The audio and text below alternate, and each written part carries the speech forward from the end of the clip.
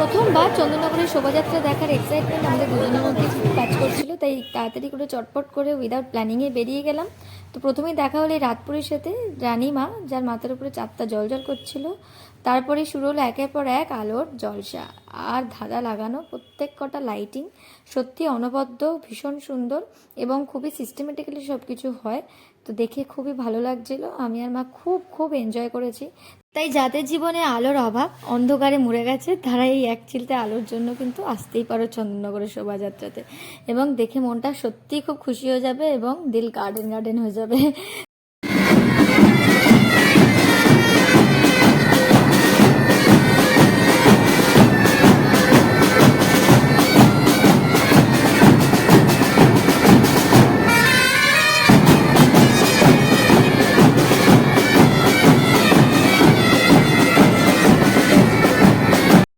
চন্দননগরের এই শোভাযাত্রা শুধুমাত্র আলো যে দেখায় তা কিন্তু নয়, এটা খুবই মেলোডিয়াস, খুব সুন্দর সুন্দর টিউন শুনিয়ে শুনিয়ে কিন্তু এই লাইটিংয়ের সাথে সাথে নিয়ে যাচ্ছিল মায়েদের।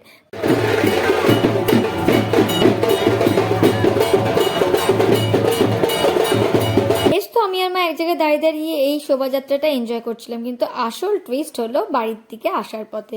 এটা জানতে গেলে দেখতে হবে আমার আপলোড করা ফুল ব্লগটা, সেটার লিঙ্ক কিন্তু আমি ক্যাপশনের নিচে দিয়ে দিয়েছি, তোমরা চাইলে সেটা চেক করতে পারো।